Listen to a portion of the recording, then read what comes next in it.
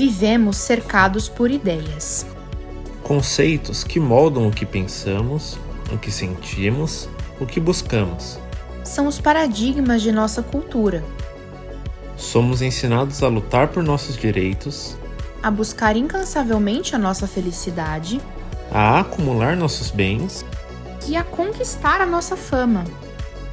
mas e se estivermos vendo tudo por uma lente embaçada? E se os valores que guiam a nossa vida não forem os mesmos valores do reino de Deus? Jesus quer mudar nossa forma de ver a vida, quer alterar nossos paradigmas. É hora de trocar as lentes.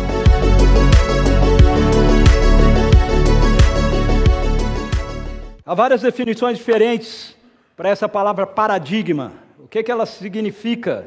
Então, eu gostaria de compartilhar com vocês algumas definições aqui que a gente encontra. A primeira delas é trazida por aquele que foi considerado o pai desse conceito.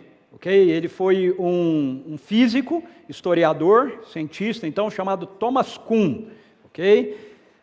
E ele diz que a definição dele de paradigmas é que paradigma é a inteira constelação. Pode mudar aí, vocês têm que ficar ligados comigo aqui então, se vai funcionar assim, senão a inteira constelação de crenças, valores, técnicas compartilhadas por membros de uma dada comunidade. O Thomas Kuhn, quando ele está falando isso aqui, ele está pensando na comunidade científica, ok? Então esse conceito, esse termo paradigma, ele nasce primariamente dentro do ambiente, acadêmico, especificamente do ambiente científico, aonde o Thomas Kuhn, como um físico historiador, ele vai analisando mudanças que há em conceitos com relação principalmente a perspectiva da física. Não é? Então, hoje, por exemplo, a gente tem, além da física newtoniana, nós temos a chamada física quântica, né? Então, você tem dois paradigmas diferentes. A newtoniana segue um paradigma, a física quântica outro paradigma. Uma outra definição vem de um teólogo católico, teólogo historiador católico romano, chamado Hans King. Uma mente brilhantíssima, tem livros excelentes na área de história da igreja, e ele define paradigma como o modelo de interpretação da cultura ao longo da história. Então, para o Hans King, que é um historiador, mas teólogo, veja, ele já sai do campo da ciência, ele olha o paradigma como uma forma de você fazer uma leitura da história, dos quadros de referência, né, das molduras, que cada época define aquela sociedade, aquela mentalidade daquele período. Também queria citar aqui o John Welton Van Heusden.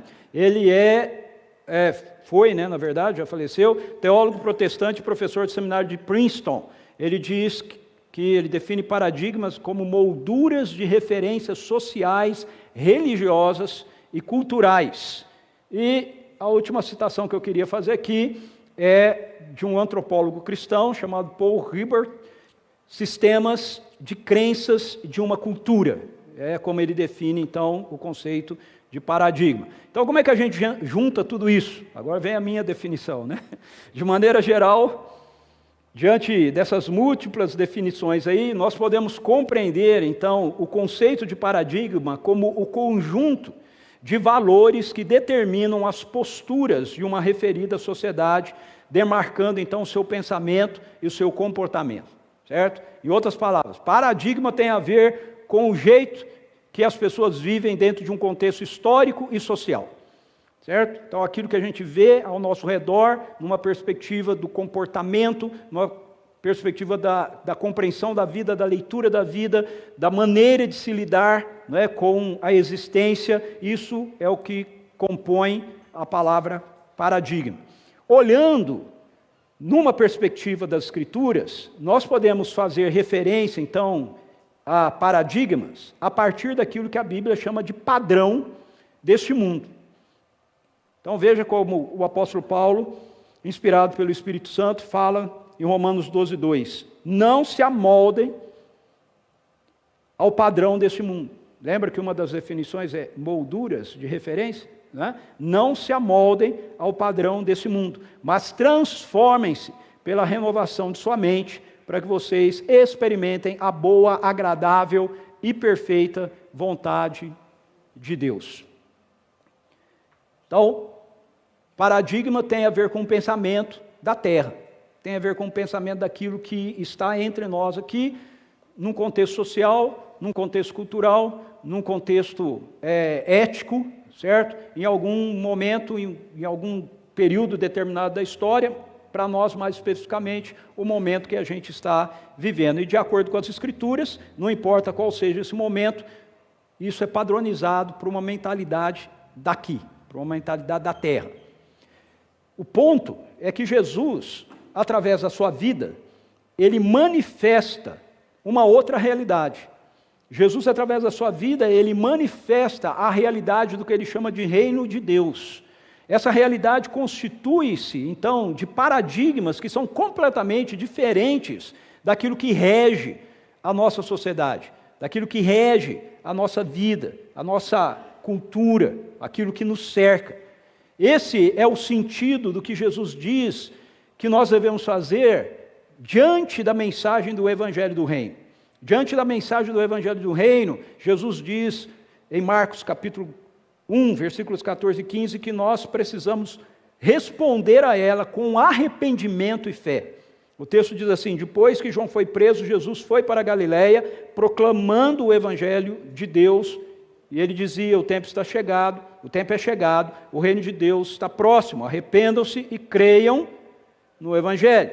Então veja, Jesus espera que, como resposta da parte da gente, diante da mensagem do Evangelho do Reino, arrependimento.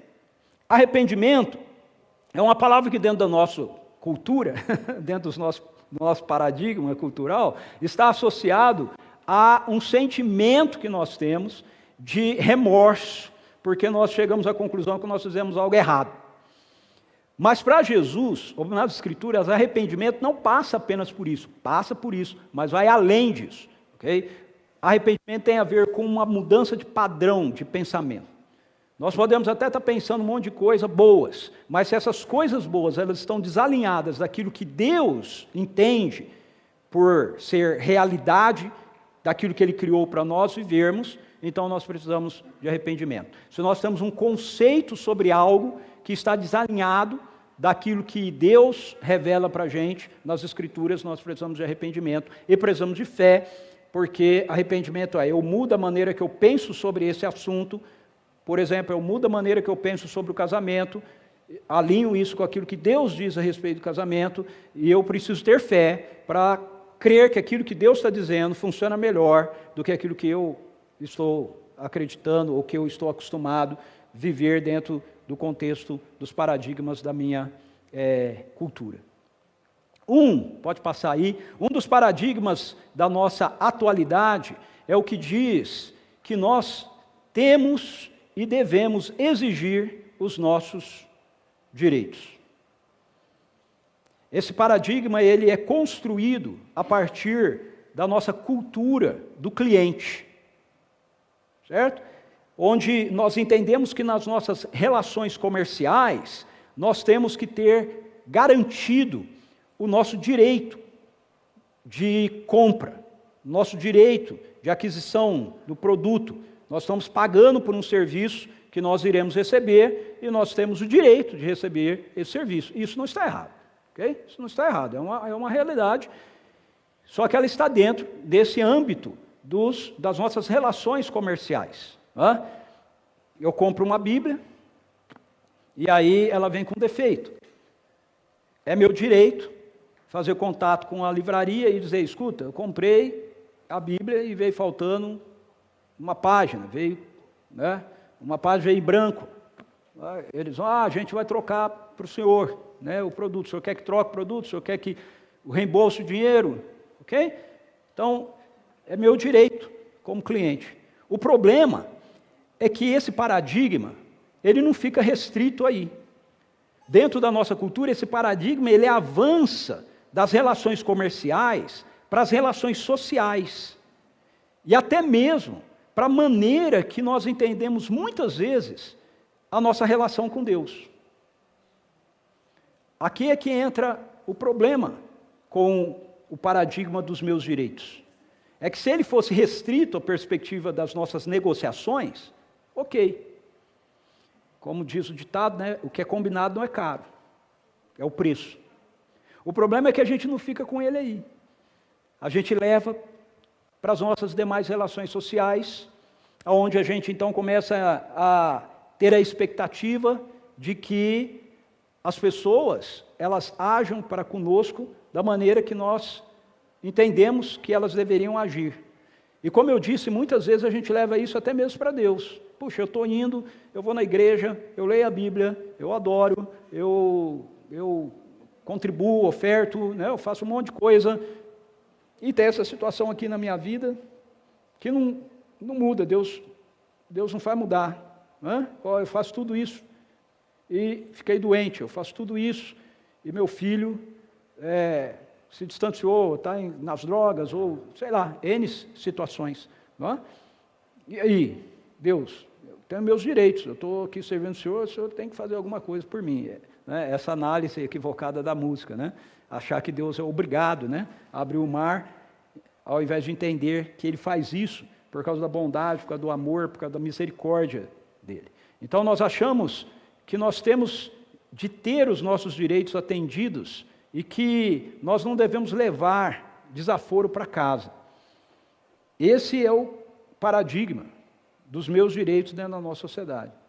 Você vai levar desaforo para casa? Então você está numa situação no trânsito, você não fica bravo, buzina, briga com o cara, a vaga era minha, o cara entrou na frente, tal, é meu direito, né? Aí vai bater boca, vai discutir, brigar com o sujeito, porque é seu direito, não vou levar desaforo para casa. O cara falou alto com você, você também vai falar, né? E etc. Um agravante aqui é que muitas vezes nós acabamos confundindo o que nós chamamos de nossos direitos com nossos desejos. Vou explicar um pouco isso. Na verdade, muitas vezes nós falamos que nós estamos buscando o nosso direito, mas o que nós estamos buscando é o nosso desejo. Não é pelo direito, você não está brigando, discutindo e exigindo o direito que você tem. O que você muitas vezes está brigando, discutindo e exigindo é a maneira que você espera que esse direito que você tem seja satisfeito. São coisas diferentes, ok? Coisas diferentes. Uma coisa é, eu quero, isso aqui é meu direito e eu quero meu direito. Outra coisa é, eu entendo que isso aqui é meu direito, eu tenho esse direito e eu quero que esse direito seja satisfeito assim. Dessa maneira, dessa forma. Além disso, na sociedade individualista em que nós vivemos, onde nós padronizamos a verdade pelo que nós desejamos, pelo que nós sentimos, muitas são as vezes que a questão dos direitos que nós defendemos, na prática, tem 2 pesos e 2 medidas. Ou seja, aquilo que é válido como direito para mim, mas quando é para o outro, aí não. 2 pesos e 2 medidas. É o velho ditado, né? Pimenta nos olhos do outro é colírio, né? Então, assim, quando é comigo, não, que é isso? Onde já se viu? É um abuso. Mas quando é aquilo que está sendo feito com o outro, aí não é. Eu tenho direito de fazer a escolha que eu quero. A nossa sociedade diz que você não pode ser contra. É paradigma na nossa sociedade. Você não pode ser contra uma pessoa que tem o desejo, entende que é o direito dela ter esse desejo, né, de como homem ter uma vida de mulher. Mas aí, se você falar alguma coisa contra, por exemplo, essa parte, pode cair a live agora, né? Ou se ficar lá, alguém pode falar que eu estou sendo homofóbico, né? Por quê? Porque eu estou fazendo uma declaração, estou apontando uma situação, uma perspectiva da qual eu tenho um olhar que é diferente da pessoa. E a pessoa diz, não, mas eu tenho direito. Veja, ela tem um desejo, mas ela faz o desejo direito dela. Ok. Mas aí, o contrário, ela acha um absurdo. Né? Se ela encontrar alguém dizendo assim, não, mas eu tenho o direito de ser homem e querer ser homem. Onde você se viu? Você é um preconceituoso, misógino. Que coisa mais... É a nossa sociedade. Quer dizer, 2 pesos, 2 medidas. Estou usando um exemplo aqui mais exacerbado, mas isso acontece nas nossas relações, muitas vezes, dentro de casa, nosso casamento. Eu tenho o direito de usar o meu carro, porque eu dirijo. A minha esposa não dirige, mas o carro é dela e meu, porque nós somos casados, é uma só carne, não tem essa história, o carro é meu. Mas na hora que eu quero usar o carro para minhas coisas, não tem problema gastar gasolina, não tem problema o tempo.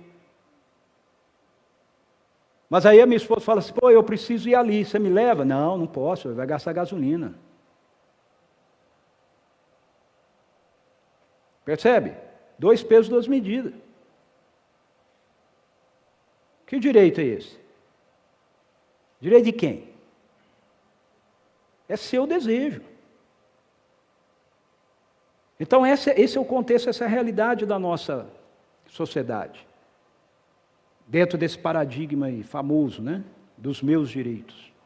Agora, diante do reino de Deus, como é que esse paradigma ele é visto? Como deve ser entendido e como deve ser praticado pelas pessoas que têm Jesus como Senhor de suas vidas, essa história de que, não, é meu direito. Veja, as pessoas na nossa sociedade exigem seus direitos. Mas Jesus nos diz, abra mão dos seus direitos. Abra mão dos seus direitos. E aí eu quero aprofundar um pouquinho com você sobre isso. Como isso pode ser feito? Como é que esse paradigma é visto e é entendido e praticado dentro da realidade do reino de Deus? E aí eu quero convidar você a abrir sua Bíblia comigo numa carta de Paulo, lá no finzinho, a última carta dele, no Novo Testamento. Filemão, lá no finzinho da Bíblia.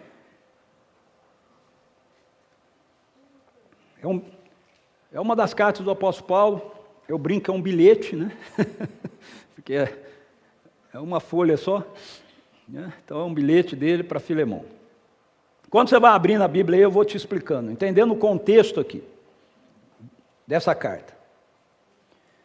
Filemão, de acordo com os estudiosos bíblicos, né, os doutores aí da teologia bíblica, provavelmente foi um homem muito rico da cidade de Colossos, que se converteu através do ministério do apóstolo Paulo.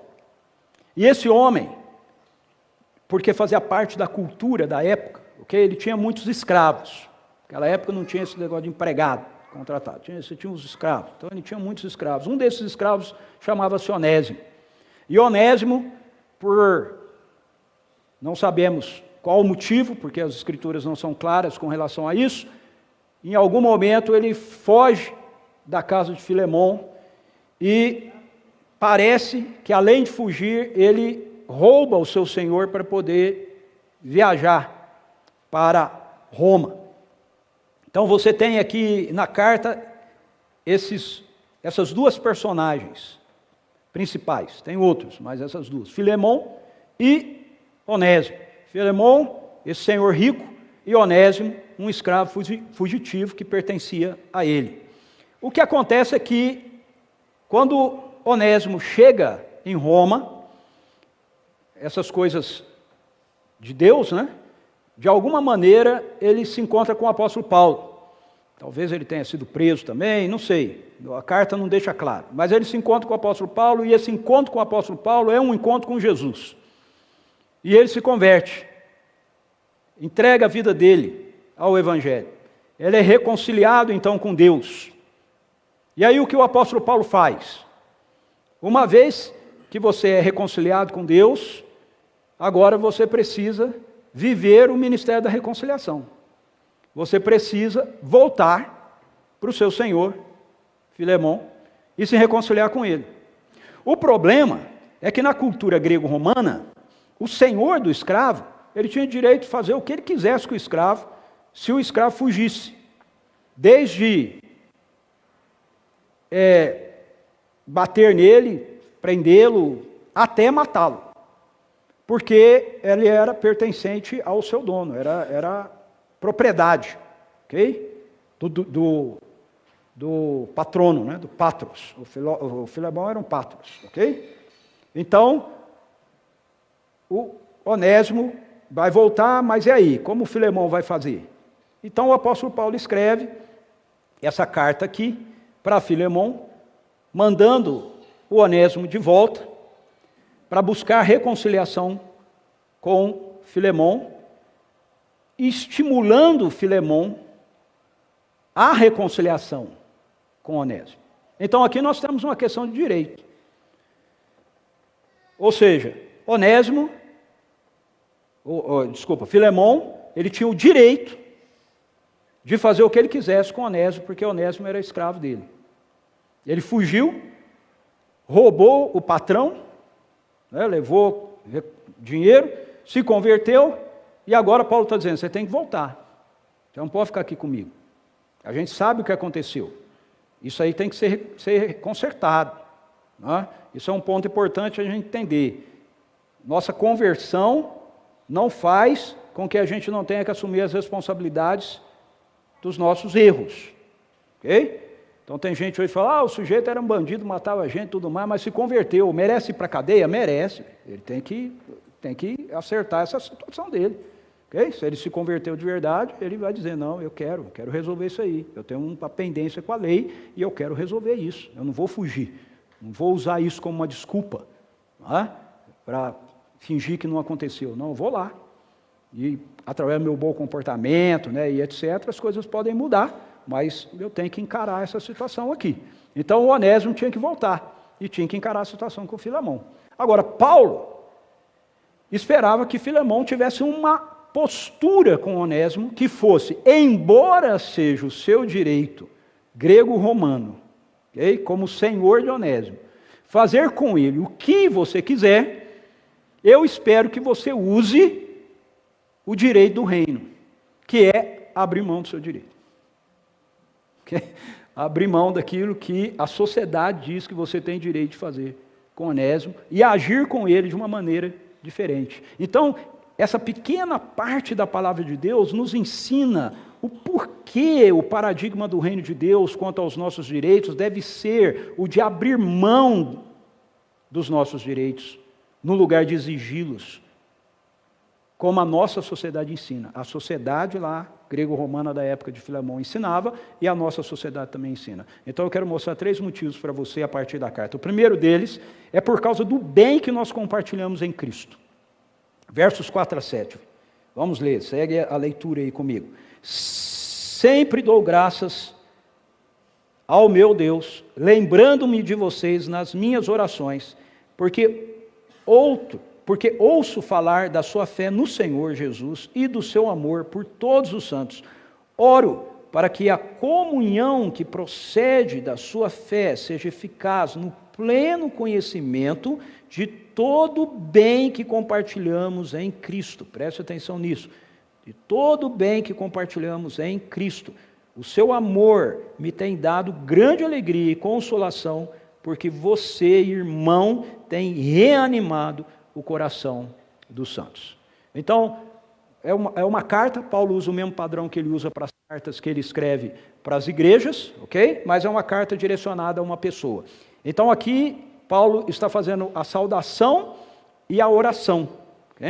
Ele está orando por eles. Paulo sempre tinha esse costume, né, de orar pelas pessoas. Ele diz assim no verso 4, sempre dou graças ao meu Deus, lembrando-me de você nas minhas orações. Então quem é você? É o Filemão. Se você for para o versículo 1, você vai ver que ele está se dirigindo a Filemão, a esposa de Filemão, a Áfia, e Arquipo, que provavelmente era filho de Filemão. E a igreja que se reunia na casa de Filemão. A você, Filemão, nosso amado cooperador, a irmã Áfia, a Arquipo, nosso companheiro de lutas, e a igreja que se reúne com vocês em sua casa, graça e paz, né, a vocês da parte de Deus, nosso Pai e do Senhor Jesus Cristo. E aí então, o apóstolo Paulo vai fazer a oração dele em favor de Filemão.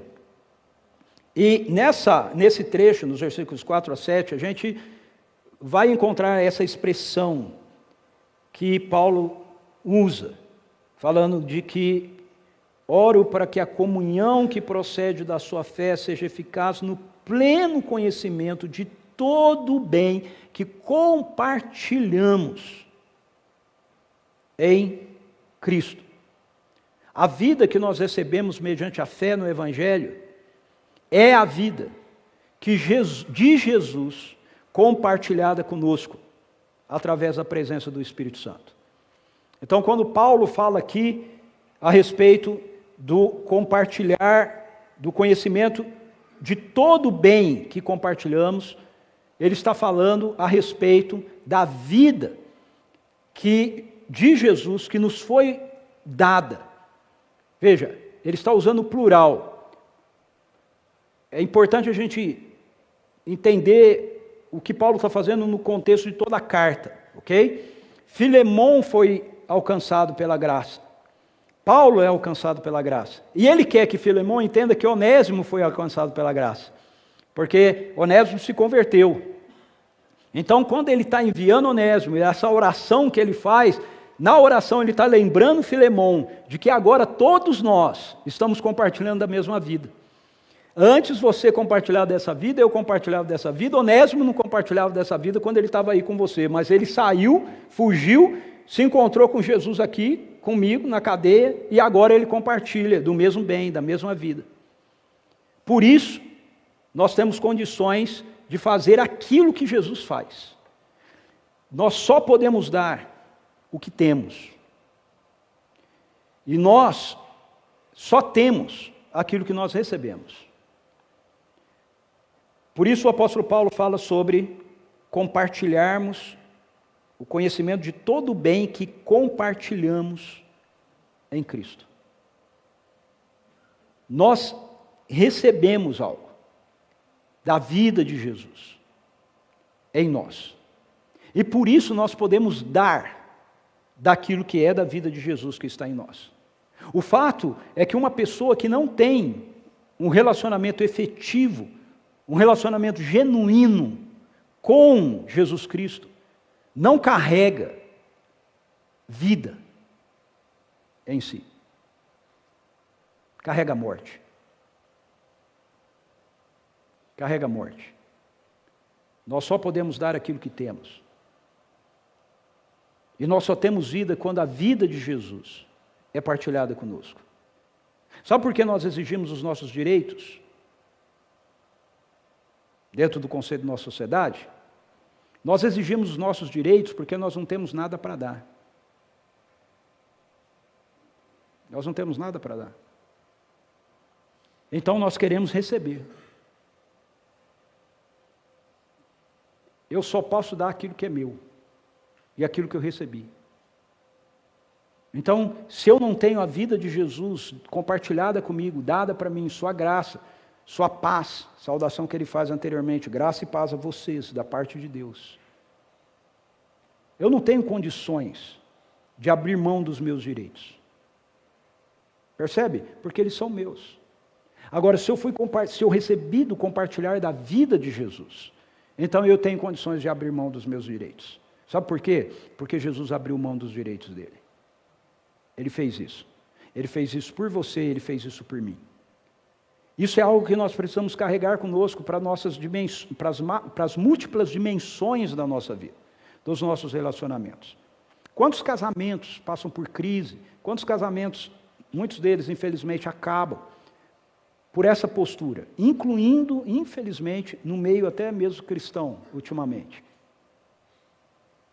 Porque o cônjuge diz, não, é meu direito. Eu não quero abrir mão, é meu direito, mas ele está errado. Mas a questão não é quem está errado, quem está certo. A questão é quem vai abrir mão do direito. E aí, hoje é dia dos pais, né? Então eu vou dar um presente para as mulheres. Põe uma almofadinha aí na cabeça, os homens. Você tem que abrir mão do direito. Eu tenho que abrir mão do direito.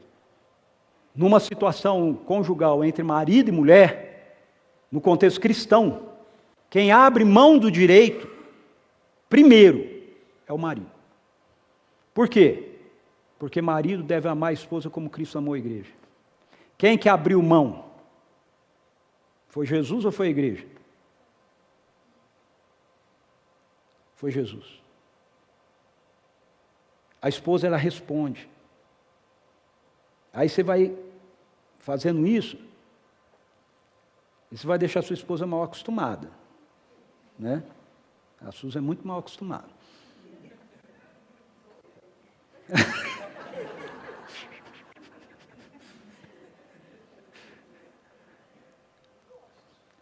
Porque ela fica esperando, toda vez que a gente tem um, né, desencontro, um desentendimento, ainda que ela esteja errada, ela fica esperando eu chegar e falar, amor, eu falei de um jeito que não devia ter falado.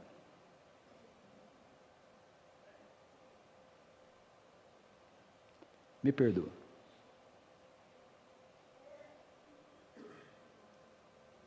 Quem que tinha que resolver a questão? Era Onésimo. Onésimo que errou. Mas quem que tinha que abrir mão dos direitos? Era Filemão. Era Filemão. E ele só podia fazer isso, Paulo queria lembrá-lo. Filemão, você pode fazer. Você pode fazer porque nós estamos compartilhando da vida daquele que fez. Daquele que fez por você, daquele que fez por mim. Então, se a vida de Jesus está em nós, através da presença do Espírito Santo, nós podemos fazer o que Jesus faz. Nós pensamos como Ele, falamos como Ele e fazemos aquilo que Ele faz. O que Jesus fez é nosso. Ele tem compartilhado isso conosco. E por isso nós podemos compartilhar com os outros. Pode passar aí. Logo porque eu tenho o que é de Cristo, eu posso abrir mão dos meus direitos. Olha só, Paulo diz em Gálatas capítulo 2, verso 20, estou crucificado com Cristo. Assim já não sou eu quem vive, mas Cristo vive em mim. A vida que agora vivo no corpo, vivo-a pela fé no Filho de Deus, que me amou e se entregou por mim. Você pode. Agora, mulheres, significa que você também pode, tá bom? Na relação conjugal, né? Mas em todas as dimensões, você percebe? Isso está compartilhado conosco. Você precisa falar para você mesmo, você precisa ministrar essa verdade das Escrituras a você mesmo. Não é o que a nossa carne quer. Não é fácil.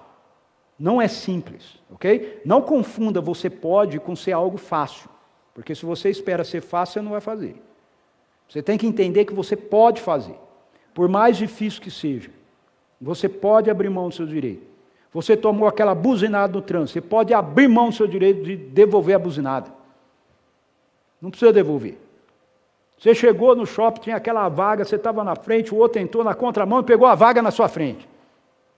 Você pode abrir mão da vaga. Você não precisa ficar discutindo com o cara. Vai eu estava primeiro. Não precisa ficar buzinando para ele.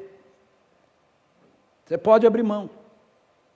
Mas a preferencial era minha. Pois é, você pode abrir mão da preferencial. Entende? Você pode. É fácil? Não.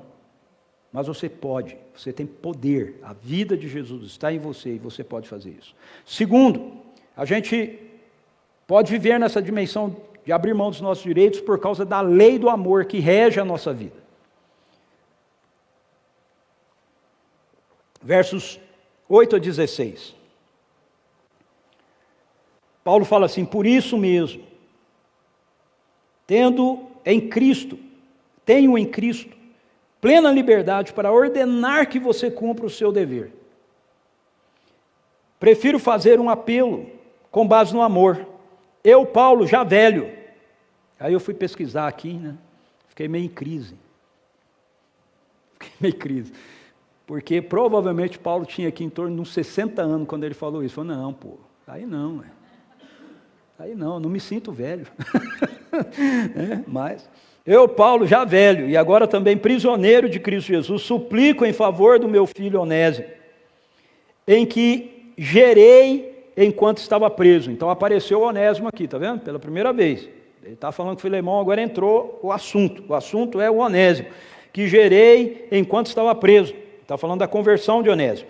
Antes ele era inútil para você, mas agora é útil tanto para você quanto para mim. Ele está fazendo um joguinho de palavras aqui, porque o nome Onésimo, a tradução do nome Onésimo é um nome grego, que está transliterado. A tradução dele para o português é útil. Então ele está falando, Onésimo, ele foi inútil para você. Ele devia ser útil, mas ele foi inútil, mas agora ele vai ser útil. Ok? Porque ele se converteu. E ele está sendo útil para mim. Eu o envio de volta a você, como se fosse o meu próprio coração. Gostaria de mantê-lo comigo, para que me servisse no seu lugar, enquanto estou preso por causa do Evangelho. No entanto, não quis fazer nada sem a sua permissão, para que o favor que você fizer não seja forçado, mas espontâneo. Talvez ele tenha sido separado de você por algum tempo, para que você o tivesse de volta para sempre, não mais como escravo, mas muito além de escravo, como irmão amado. Ele é para mim um irmão muito amado, mas para você ainda mais, tanto como homem, quanto como irmão no Senhor. Então, perceba aqui, Paulo entra no assunto. Ele acabou de orar, falou, todos nós estamos partilhando da mesma coisa. Imagina Onésimo, o Filemão lendo a carta, né? Até essa parte assim, todos nós partilhamos da mesma coisa de Jesus. Aí ele fala, ele está pensando nele e Paulo, né? Aí entra Onésimo. Aí ele fala que Onésimo se converteu. Agora ele tem que lembrar que o Onésimo também compartilha da mesma realidade, não é? E ele fala, baseado nisso aí. Então, a partir desse momento, se você ler com atenção, você vai ver que esse trecho ele está recheado por essa perspectiva amorosa, afetiva. O afeto de Paulo por Filemão, mas o afeto de Paulo também por Onésimo. E o desejo que ele tem de que Onésimo voltando, Filemão responda a ele com o mesmo afeto que ele tem por Paulo e que Paulo tem por ele. O que rege o paradigma dos meus direitos é, na verdade, a nossa vida egocêntrica, onde o nosso eu está no centro dos nossos relacionamentos, e não o outro. Quando nós estamos mortos nos nossos delitos, mortos nos nossos pecados, tudo o que nós somos, e tudo somos capazes de enxergar, somos capazes de ver, é nós mesmos. Nós mesmos. É interessante que o apóstolo Paulo, em 2 Coríntios capítulo 3, quando ele está falando sobre o ministério da nova aliança, ele usa o exemplo do espelho, e ele fala que nós, com o rosto desvendado, contemplamos como por um espelho, a face de Cristo. Agora, pense nisso. Quando você nasce de novo, e você olha num espelho, o que você vê não é a sua face, é a face de Jesus.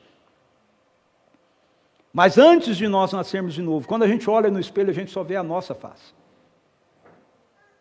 A gente só vê a nossa face. Nós não vemos a face de Jesus. Mas quando nós nascemos de novo, a vida dele é posta em nós, ele está vivendo em nós. Então, nós paramos de enxergar a nós mesmos e nós começamos a enxergar Jesus. O novo nascimento, ele gera um novo padrão em nossas vidas. E esse novo padrão ele é marcado por esse mandamento de Jesus, que é o de amarmos uns aos outros, como ele nos amou. João 13:34, Jesus diz, um novo mandamento dou a vocês, amem uns aos outros, como eu os amei, vocês devem amar uns aos outros. O que há novo nesse mandamento? A medida. A medida é nova. Porque o mandamento é antigo. O mandamento é: ame o Senhor teu Deus acima de todas as coisas, ame o seu próximo como a você mesmo. Mas Jesus agora diz assim: ame uns aos outros como eu os amei. Então mudou o padrão. Não é mais como a mim mesmo, mas é como Jesus. O apóstolo Paulo, ele poderia, perceba logo no começo aqui, que ele está abrindo mão dos direitos dele, ele está dando um exemplo para Filemão, do que ele espera que Filemão faça, baseado na realidade dessa lei do amor. Olha só, vamos ler de novo o verso 8. Ele diz assim, 8 e 9: por isso mesmo, tendo em Cristo plena liberdade para ordenar que você cumpra o seu dever, prefiro fazer um apelo com base no amor. Paulo está dizendo, eu como líder, como apóstolo, né, como aquele que gerou você, né, que é o seu mentor, eu tenho o direito de dizer para você, faça assim, mas eu estou abrindo mão do meu direito. Eu prefiro acreditar que você vai responder à lei do reino. Eu prefiro fazer um apelo em nome do amor. Paulo poderia ter ordenado que Filemão recebesse Onésimo de volta. Mas Paulo, como ele sempre faz, ele diz: sede meus imitadores, como eu sou de Cristo. Ele diz: aquilo que eu estou pedindo para você fazer, abrir mão, eu estou fazendo. Eu estou abrindo mão do direito que eu tenho de dizer para você o que você deve fazer, deixando você decidir o que você queira fazer com base no amor. Ele também mostra que ele está abrindo mão do próprio Onésimo. Olha só, vamos um pouquinho para frente. Suplico em favor do meu filho Onésimo, que gerei enquanto estava preso. Antes ele era inútil para você, mas agora é útil, tanto para você quanto para mim. Eu o envio de volta a você como se fosse o meu próprio coração. Gostaria de mantê-lo comigo, para que me servisse no seu lugar, enquanto estou preso por causa do Evangelho. Ele está abrindo mão de novo. Abrindo mão do direito dele. Ele poderia simplesmente enviar uma carta para Filemão e dizer assim: Filemão, tem um escravo seu aí que fugiu, o Onésimo, ele se encontrou comigo aqui em Roma. E aqui ele tomou uma decisão por Jesus, nasceu de novo, se encontrou comigo na cadeia, ele me é útil, e eu vou mantê-lo aqui comigo, me servindo. Ele acaba de dizer que ele gostaria de mantê-lo com ele lá, servindo como Filemão o servia. Mas ele está dizendo: eu estou abrindo mão do direito de ficar. Por quê? Pelo meu amor a você, Filemão. Por entender que Onésimo precisa retornar para honrar você, e na expectativa de que você saiba responder à situação de Onésimo, de conformidade com a realidade da lei do reino, que é o amor. Então Paulo esperava que Filemão respondesse a Onésimo em amor, que ele não olhasse para ele com base no que ele era, inútil, mas com base naquilo em que ele havia se tornado, útil. Não mais como um escravo. Ele diz: você vai recebê-lo de volta não mais como um escravo, mas como um irmão em Cristo. Isso é muito interessante, porque embora as relações sociais e culturais pudessem continuar as mesmas, quando as pessoas se convertiam, a forma de lidar com essas questões, elas eram mudadas, porque elas eram pautadas agora pelo paradigma do reino de Deus, que é o amor. Perceba que o apóstolo Paulo, ele não diz para Filemão: você não pode ter Onésimo mais como seu escravo. Ele não é a favor da escravatura, ok? Mas o ponto é, para Paulo, ou para os escritores do Novo Testamento, o contexto social que você vive, seja ele qual for, marcado pela realidade do reino de Deus, gera um impacto maior na sociedade do que a luta por uma mudança do contexto meramente. Você pode lutar por uma mudança do contexto sem aquilo ser um reflexo da realidade do reino. mas mediante a realidade do reino. Mesmo que o contexto não mude no sentido social geral, ok? O contexto do reino, onde as pessoas estão vivendo, é diferente, e isso causa um impacto no restante da sociedade, dizendo, nossa, olha só, olha como esse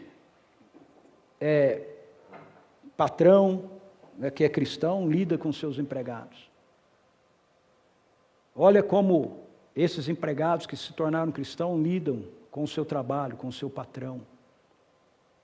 É fato, nas Escrituras aqui, que Paulo tem nas entrelinhas a expectativa de que Filemão ele chegue a fazer mais e liberte Onésimo. Porque ele diz assim no verso 21, confiante na sua obediência, escreva você sabendo que fará ainda mais do que peço. O que é o ainda mais do que peço?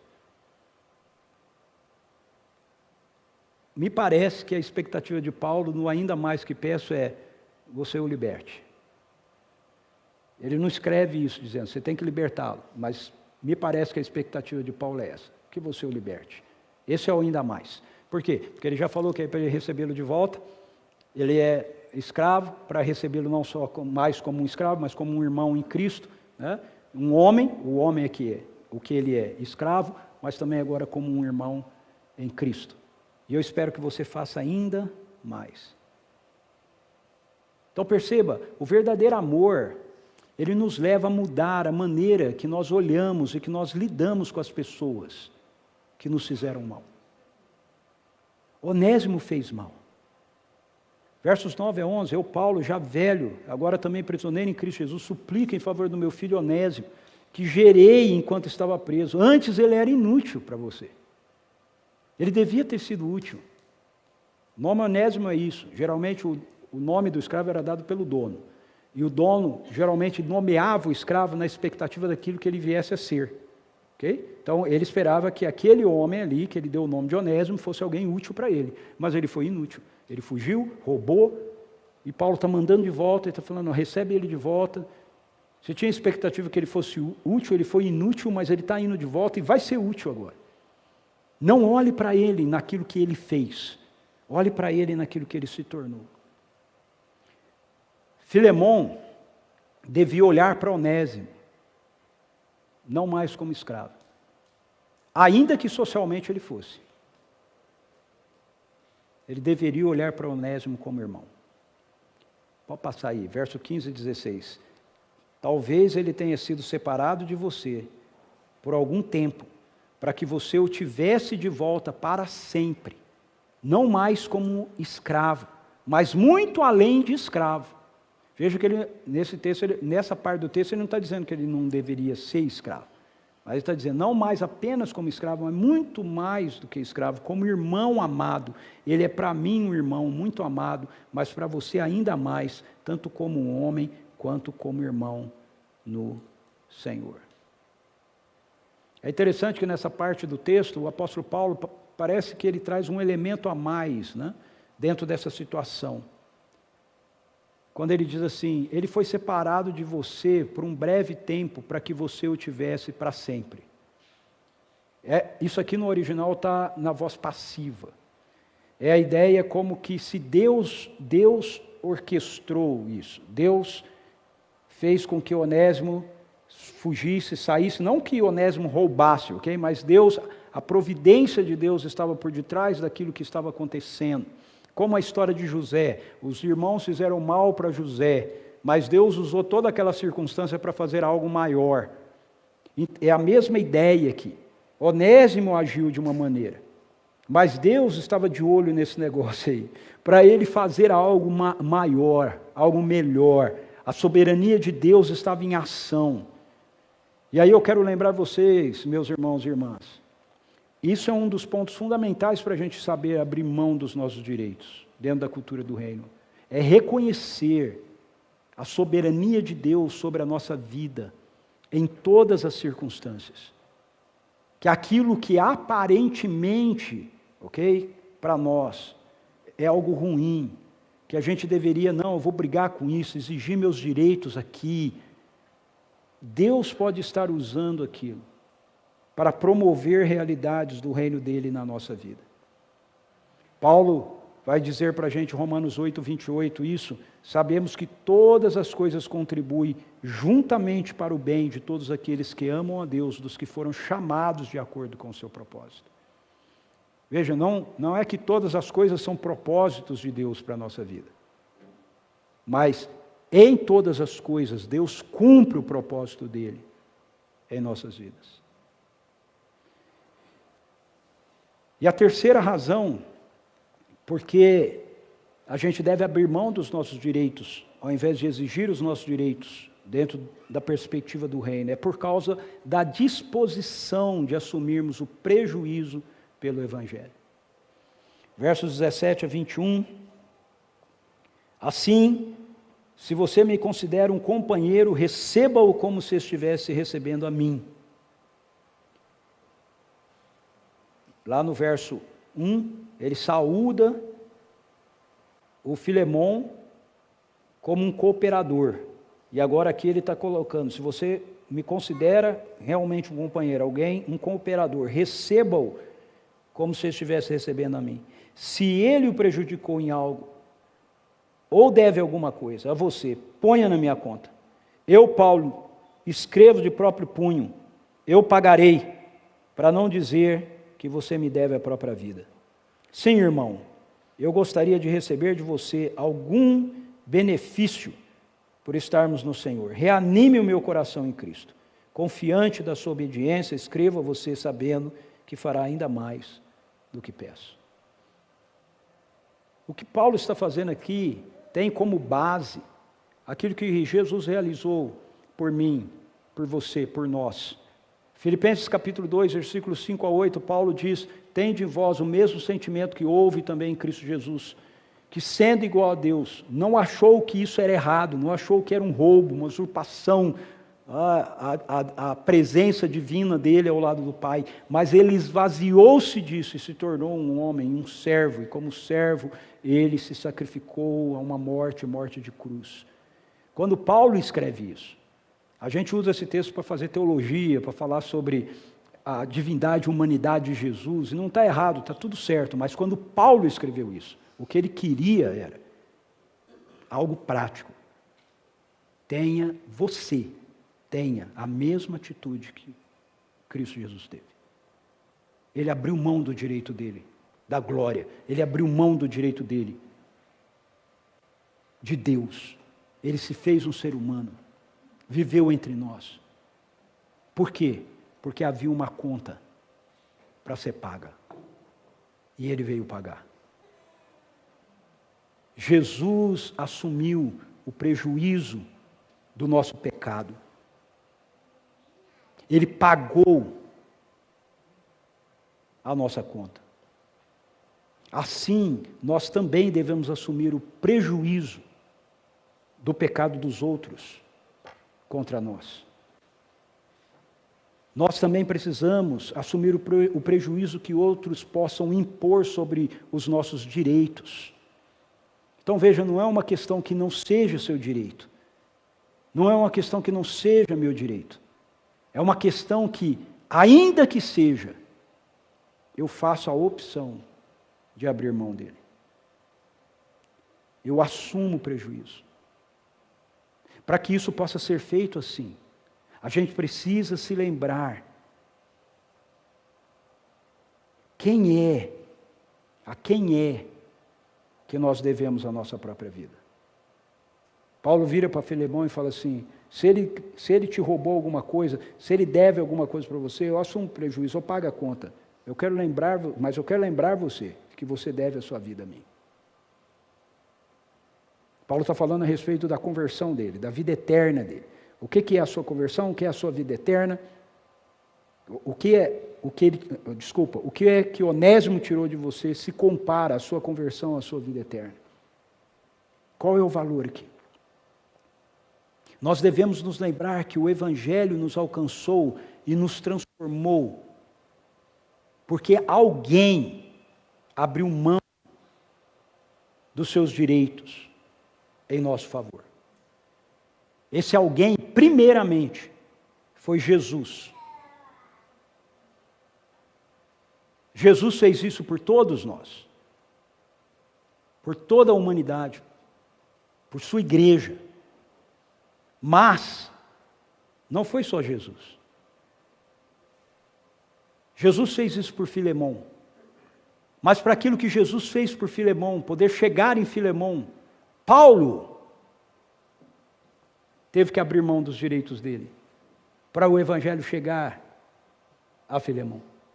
Então, preste atenção, alguém, além de Jesus, abriu mão dos seus direitos para que o evangelho chegasse até você, para que o evangelho chegasse até mim, para que pudéssemos crer em Jesus. Alguém abriu mão dos seus direitos, abriu mão do direito de ficar calado, abriu mão do direito do seu conforto, do seu sossego. Não ficou em casa assistindo série. Resolveu ir lá, conversar com você. Sei lá como é que foi a sua conversão. Mas alguém fez isso por você. Abriu mão do direito do seu tempo de descanso. E etc. Fez isso. Porque entendeu que Jesus fez isso por ele. Paulo descreve em Filipenses capítulo 3 do que ele abriu mão. Ele diz: eu abri mão da minha posição. Eu abri mão da minha família. Eu abri mão dos meus recursos. Em Filipenses ele diz: eu abri mão dessas coisas para conhecer a Cristo, o poder da sua ressurreição, e partilhar dos seus sofrimentos. Que sofrimentos são esses? O sofrimento missionário. O sofrimento que Jesus continua tendo através da nossa vida para alcançar outros. Em Colossenses ele diz que ele continua sofrendo as dores pela formação de Jesus na igreja. Em Gálatas ele fala sobre sofrer dores de parto, até ver Cristo formado em vós. Então, por quem é que nós temos aberto mão dos nossos direitos?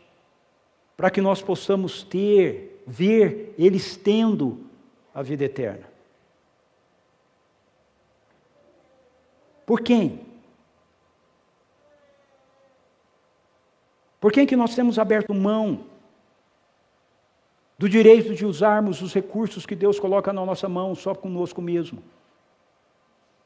Parar de gastar nosso dinheiro com coisas supérfluas, para que a gente possa dizer: não, eu vou contribuir com mais, porque o evangelho tem que chegar em lugares onde ele ainda não chegou. Percebe? É seu direito não dar. Eu trabalhei, eu suei, é seu direito. Mas o reino diz: abra mão do seu direito. Por causa da salvação de pessoas, abra mão do seu direito. É seu direito ficar sábado de manhã na sua casa descansando. Abra mão disso e vá, convida para Vinhedo, pregar o evangelho na rua. É seu direito.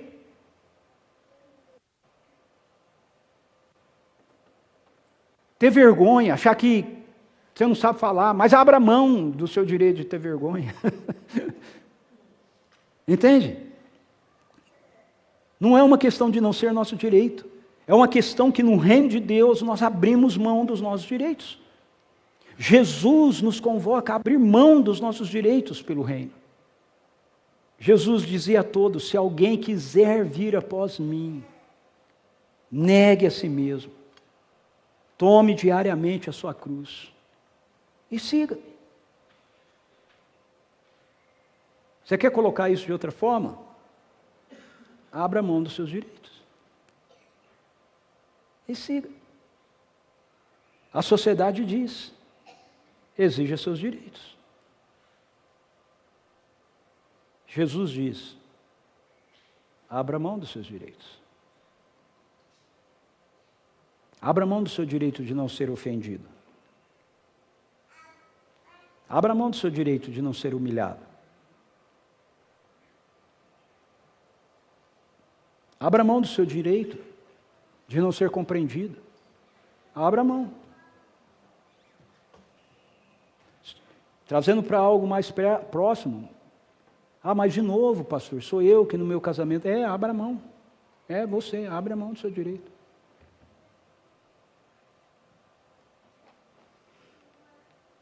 Qual paradigma tem regido a sua vida? Qual paradigma você quer que reja? Feche seus olhos, curva a sua cabeça, vamos orar.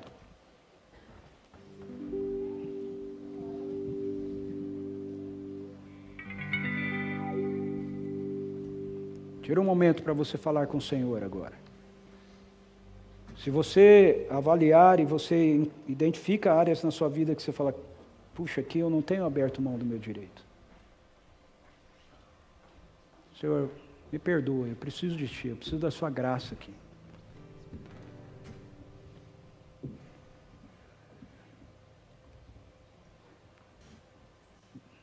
Deus é por nós, não contra nós. Quando a gente identifica algo na nossa vida que precisa ser arrumado, consertado, mudado, a gente não deve se distanciar do Senhor. Ao contrário, a gente deve ir nele. E falar, Senhor, eu estou precisando de graça aqui. Para abrir mão dos meus direitos, no meu casamento. Com o meu esposo, com a minha esposa. Por favor, não use isso ao contrário não, tá? Não vai você falar, tá vendo? Você tem que abrir mão dos seus direitos. Você tem que abrir mão dos seus. Você tem que falar isso com você.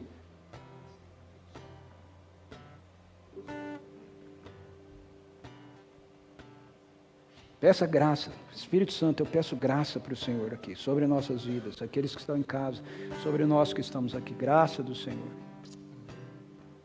Para a gente não viver baseado no paradigma dos meus direitos. Para vivermos baseados pela lei do amor, lei do Teu reino. Onde nós compreendemos que pelo Evangelho